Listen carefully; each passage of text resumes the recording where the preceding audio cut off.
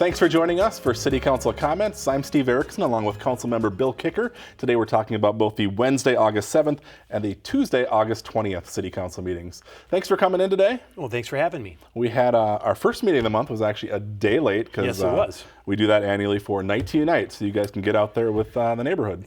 Yeah, so I once again was riding along with the fire department. It's always a treat to be able to go out and visit the parties. My understanding was there were 109 or so registered parties with the city. They did a really nice job this year of organizing everything, so they had these parties all mapped out for each of the stations. I was in Engine 2 and got to visit 9 different parties in my neighborhoods or my ward, and it was a beautiful night, and it's always fun to stop in and talk to the people. It's just great that people do this. I mean, obviously the importance is of getting to know your neighbors, and that doesn't seem to be as easy today as it used to be. Right. And so, and that's kind of what you talk about a little bit with some of them, how it's great that they're actually connecting, and some of them are telling you about new people that have just moved into the neighborhood that they've convinced to come down and meet with everybody. So it's really just a lot of fun to get a chance to talk to people and really just thank them for their efforts in organizing this stuff. It's not easy, but the city does a great job of helping them out as well. So yeah, and it's always interesting to see all the different parties that they have.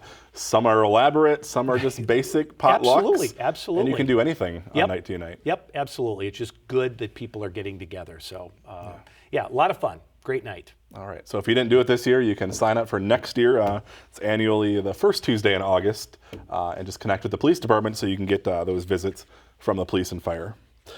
We could also mention here too, we had our last summer meeting at the end of July. We had 3 of those this year. The first one got washed out. And those are always a good time too for people to come together and learn more about the city and the various departments. The format was changed just a little bit, tweaked a little bit this year. It left out us council members, kind of giving an overview of different areas that we've done in the past. And I actually really liked the change. I know the mayor got up, Mayor Cook got up and spoke. He would do introductions of us council members that were there, and then handed out the awards at the end, or the prizes. But it was nice because I think there was just less interruption. I really feel like, and all of these parties were very well attended. Beautiful nights. We had gorgeous weather for those as well.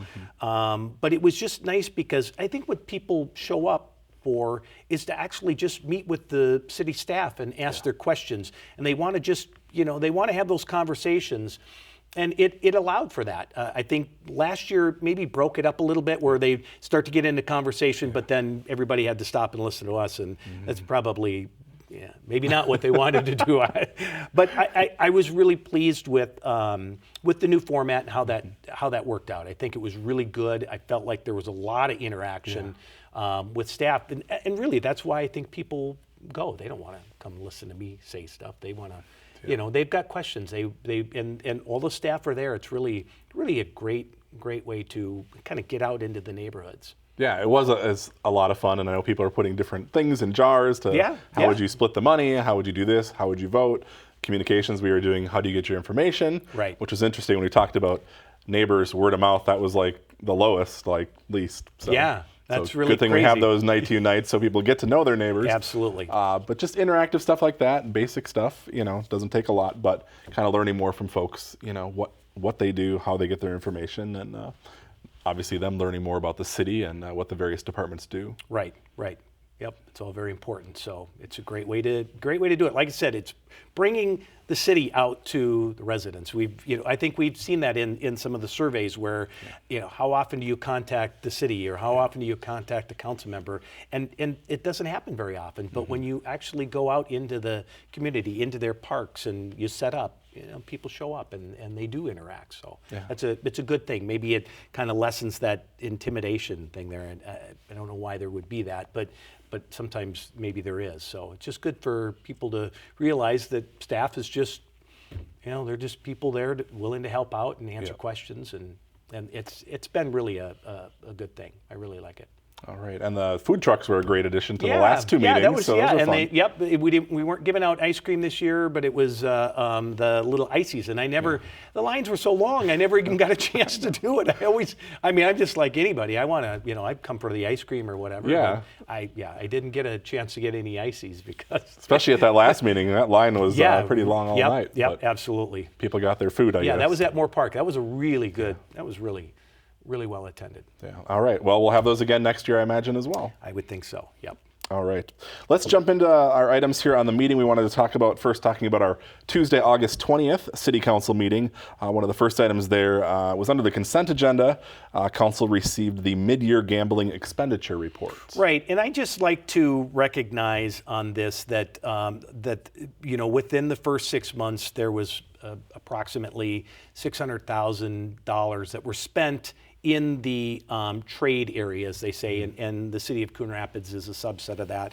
But specifically within the city of Coon Rapids, there was 93% of that. I don't remember what the total was. It was somewhere around $550,000 that was spent specifically within the city. So I think it's worth noting that the money that's coming in through the gambling does get put back out into, most of it gets put back out directly into our city, which is a good thing.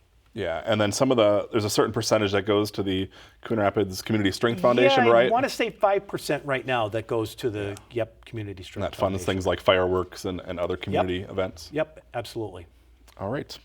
Council considered a resolution awarding a contract for the Port Riverwalk Phase 1 streets and utilities, and that was approved. Yeah, it was approved, yes. So that is near the area of Avocet and Zilla. So it would be, I guess, technically down to the east end where they're going to start the Phase 1. And if you haven't been down there lately, looks a lot different. Oh yeah, because you had some trees that were taken out along closer to Egret there. Yep. And I guess I haven't been down there recently to see what they've done. Oh wow, on the whole thing is clear. When you drive down there, it's like open. I'll have to check that out. Yeah, I have not seen it. It's pretty impressive. Yeah. That's so. What we awarded the pass through on this thing. The bids. What I wanted to mention was the bids came in, near the engineer's estimates, which is good because hadn't been happening previously. So I know it was mentioned that we don't have a final plot, and there was a little bit of concern there, but it seemed like most of the council was a little more concerned about this is a good bid. Let's get on it now. There's no guarantee that if we don't take this now that we're going to see that same amount. It's going to be more probably later. So let's do this now. Let's get this taken care of. So the award was granted to Northern Lines Contracting. So okay, and it looks for about 1.68 million. Yep. All right. And I think the discussion, too, was this has to be done anyways at some point, right? So it does. Even if you do this and something happens, we hope not with the housing project. Chances are that another housing project would be able to come in. I mean, granted, they would be using the streets as we put them in the utilities, but chances are that would be something they could probably work with. I really don't anticipate there being an issue. I really don't. So I know folks are looking forward to seeing, like I said, stuff built on there. Yes. Now that they're moving stuff, it's starting to look like something is going to happen there. Well, I think it was Councilmember Johnson that mentioned that we've been waiting on this since 2006. So, and that's true. It's been a long time. Yeah. All right. Council adopted an ordinance extending a moratorium on self-storage facilities. You guys have had several discussions this year about this topic. Yes, we have. And it seems that this moratorium, this was the initial 6-month moratorium, was going to end on September 8th. And essentially, the city staff had more assessment, more work to do.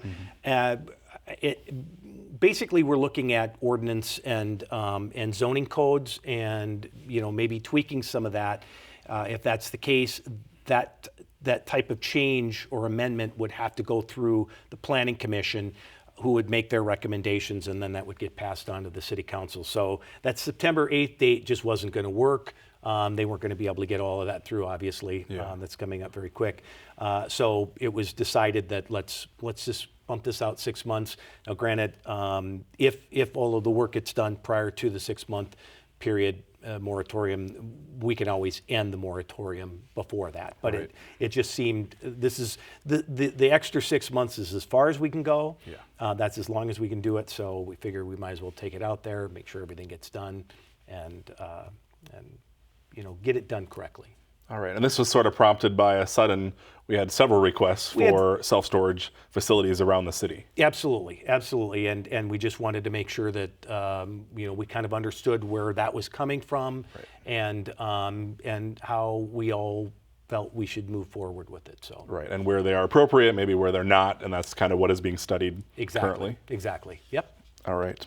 Council adopted an ordinance establishing stop signs on Lynette Street at Mississippi Boulevard. This is something that happens from time to time. Yeah, I just wanted this to bring this up because it does happen from time to time. And this particular situation was brought to the attention by the fire department, who was there was an accident there, and so they said, hey, they contacted the traffic review committee and said, you guys should probably look at this.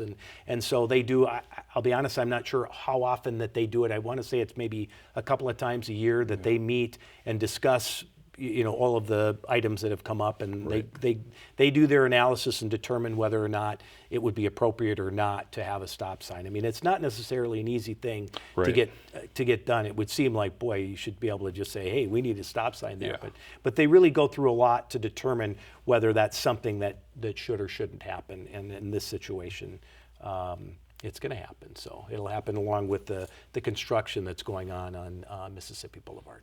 Okay, so this is establishing stop signs on northbound and southbound Lynette Street at Mississippi Boulevard. Yep, absolutely. Yep. It seems to make sense. I mean, it seems like any intersection where there's a lot of traffic, where you don't have stop signs, people tend to not really understand whether they should go or not.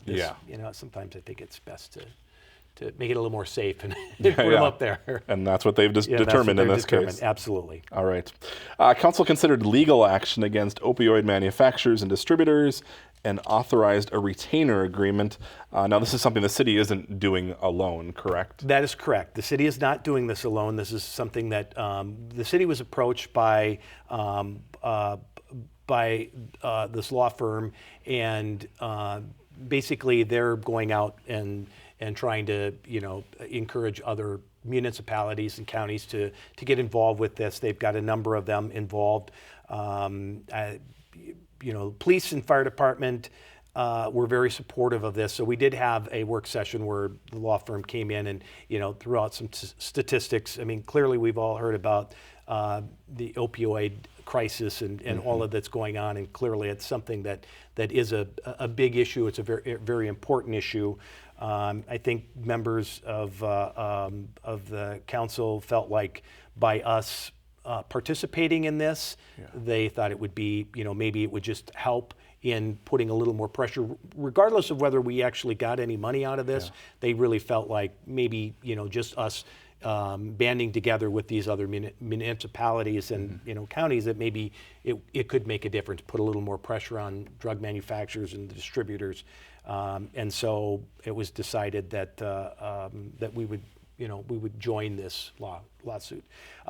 It was something that I abstained from, and I abstained from it because I work for CVS Health, which I've worked for Aetna for 29 years, and CVS Health, CVS pharmacies in the area, CVS Health owns the pharmacies, but they purchased Aetna, and because of what I do on my day job, it's something where it involves interaction with the drug manufacturers and such. So I contacted my company and said, how should I handle this? And they felt like I should abstain from voting, just so it didn't, I wasn't showing any bias one way or the other, either for or against it. And I, for the most part, just sort of kept myself out of the conversations as well. So anything that I've said here is really more what I've heard from other council members or what happened in the meeting. At the meeting, So it was a 6-0 vote with you 6-0 abstaining. with me abstaining, correct. Okay. Yep. And as far as the monetary compensation to the city, if the city does not wind up getting any monetary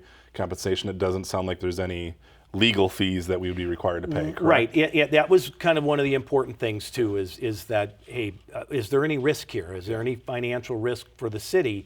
And no, there's not. If the lawsuit, if they don't win the lawsuit and there isn't any money that comes from it, I mean, the lawyers would take the money up front and then distribute what's left over to the cities, and it would be proportionate.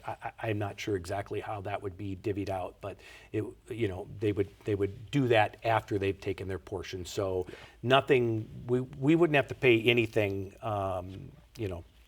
There's no risk there for us. Okay, that is good to know. Right. All right, Council considered a resolution establishing 2019 to 2020 Coon Rapids Ice Center rental rates, approved the fee structure, and also approved some Ice Center user contracts. Yeah, basically with this, I just wanted to mention that there isn't really much for change in the fee structure. I think there was a $5 increase in the prime hour fee for the Coon Rapids Youth Hockey Association, but otherwise everything else stayed the same, and that was just bumping it up to the same rate that others were paying. But I wanted to, I know that even during the meeting at the parks and stuff, hearing people ask questions about, I was there talking with Bill, as it related to the ice center specifically, and people were like, I didn't know you could, is there open skating? Can I, the public skate? And I just wanted to make sure that people were aware of that. It's a great facility that we have there, and that they do have public skating, and you can rent skates. You don't even have to own skates. You can go there and rent. It seems like the rates are really well. I looked it up, and on the, Coon Rapids has its new website now. And if you, you go to the homepage and you scroll down about halfway, there's an events tab there, and it has a little spot where you can click on Ice Center, and what comes up is just all this information about the different programs that are available, different things you can do. So I just wanted to mention that because I think that's, it's such a great asset that we have in the city, and a lot of times people aren't aware of that they can actually go and use it with their family and kids and stuff. So, and you can also rent rooms there as well, I know. Absolutely, yeah. There are a host of other things that you can do there, absolutely. And then I did want to mention also with the Ice Center contracts that we wanted to welcome back the Blue Ox. They'll be back for their third year, so we're very excited about that. Yeah, they must be enjoying their home there at the Ice Center. They must be, yep, absolutely. So that's great. All right. That is all we have for our meeting on the 20th. We'll move back to the 7th, which was our first meeting of the month. As again, a day late because of Night to Unite. So we started there with the oath of office to one of our newest firefighters. Yes. So, and I always like to talk a little bit about these because I think it's such a great thing that we do. For Chief Piper did this in this case. Yeah. Chief Wise does the same thing with the police officers being sworn in, where it's just a very nice introduction into the city or for the residents to meet the officers, to meet the new firefighters.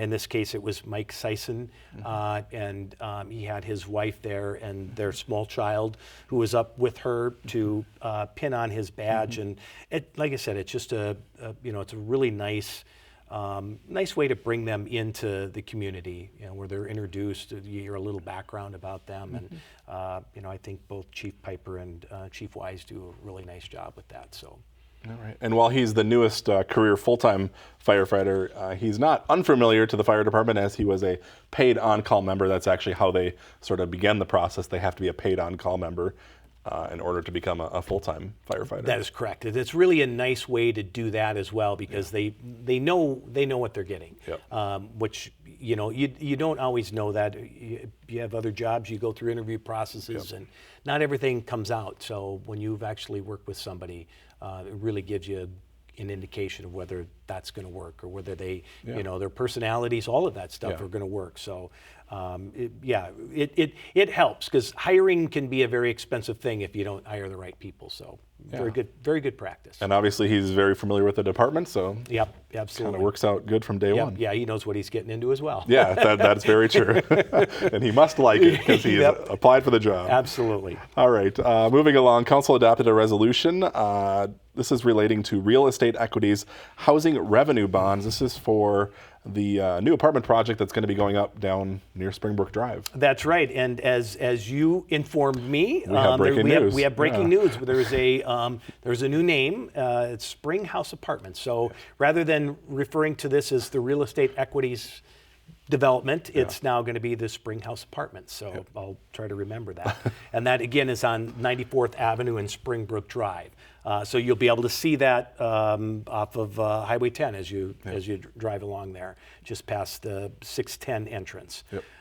And these are conduit revenue bonds, and what that means is that there isn't any obligation to the city, so the city's not required or responsible for paying them back. It's just something that we're helping out, which, that's a good thing. We want, at this point, I know there was a little bit of division that doesn't generally happen with the council, but there was on this particular one. It was a 4-3 vote, and but it passed, and so it was actually nice that we all kind of band together, and we would want to see a good product built. Being that it's going to be built, let's see a good product built, and I think real estate equities will build a good product. So. All right, and it sounds like they're closing maybe on the project next week. Okay. So I imagine that construction will be starting probably this fall. I would think so, yes. Yep, Yeah. I think so. All right. Council adopted a resolution, or several resolutions rather. This is levying of miscellaneous appealed assessments. This is something that happens on a yearly basis as well. It does. And honestly, I just kind of want to throw a kind word out to the Board of Adjustments and Appeals. These are residents that are volunteering to be on this committee, and it is not an easy thing to do. We get a list of all of the appeals, and there's a lot of detail behind all of this, and you get the letters from the members or from the residents themselves that are appealing, and I mean it's really difficult. It's hard. We have our ordinances, and I'm glad that we stick to them. I think that there's a lot of good that comes from that.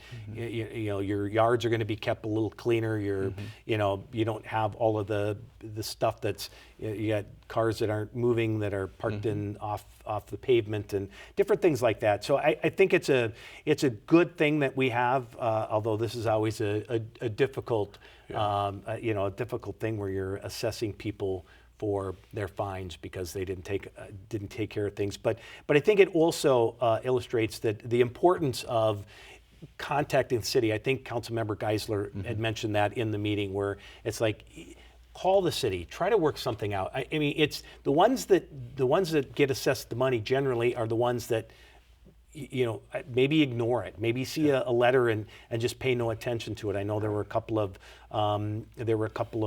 rental license issues, and I own a rental house in the city, and boy, when I get a letter from the city, I'm reading it and I want to know, okay, what do I need to do here? If there's a deadline on, I need to fill out this information and send it out right away, or I don't understand something, I'll call and just say, hey, what do I need to do here? Those are important things. If you get a letter from the city, pay attention to it. If you don't understand it, make a phone call. There's people at the city that'll help out. So it would be good. I mean, it would be good to see less of these each year. It really would. So it's unfortunate. You don't want to take a small thing that would be a small amount of money, turn it into something that's $1,000 or $1,500. Exactly, and sometimes that happens where things just sort of get neglected, and it's hard to see. It really is. All right. So then these get assessed against property taxes? Yes, that is correct. Yep. All right. That is all we have to talk about from that meeting. Before we go, we want to quickly mention some exciting news, right? Yeah. So we had our Coon Rapids Andover Little League team playing in the Little League World Series. How exciting was that? They won their first game and then they lost their next two, but boy, we couldn't be more proud of them. A little personal note, that's where I played Little League, what did we say, 42 years ago? Been a little bit. I was 12 You're an alumni of the program. I'm alumni, yep. I played my Little League at Sand Creek Park, have fond memories of the fields. It was a great experience for me. But this is about this team here. And, it was brought up in open business at the council meeting, and the mayor had brought his jersey that he bought at one of the events. It was either at the Shortstop or at Boulevard. One of them, he had purchased it, so he made it to a couple of different events, and so we were talking about it, and it was just really. It was incredible how much of a buzz this created. It was all over Facebook, and not just from the city and not just from the Little League, but I was getting message from people. I've got an ex-boss that's retired now from Houston that saw, there was an article about Maddie Frecken, and just how big of a deal that was and how cool that was, and Cheryl Reeves, the Lynx head coach, had, I don't know if it was during the game or sometimes they do this, just before the game starts, so in warm-ups, but she had a Maddie Frecken number 11 jersey on, so that was really great to see. So it was just really a buzz, and it was really a lot of fun. And like I said, we couldn't be more proud. And so as we found out today, there's going to be an event at 6:30 at Sand Creek. It seems like the players will show up on a fire truck. It'll be the Andover Fire Department and the Coon Rapids Fire Department that'll participate in this, and bring the team down to the fields at Sand Creek, and that'll be around 6:30. So, if you want to make it out there, that would be great. It would be great to show your support, just like everybody has up to this point anyways. I mean, all of the different events that were going on, I know that they were all well attended, so.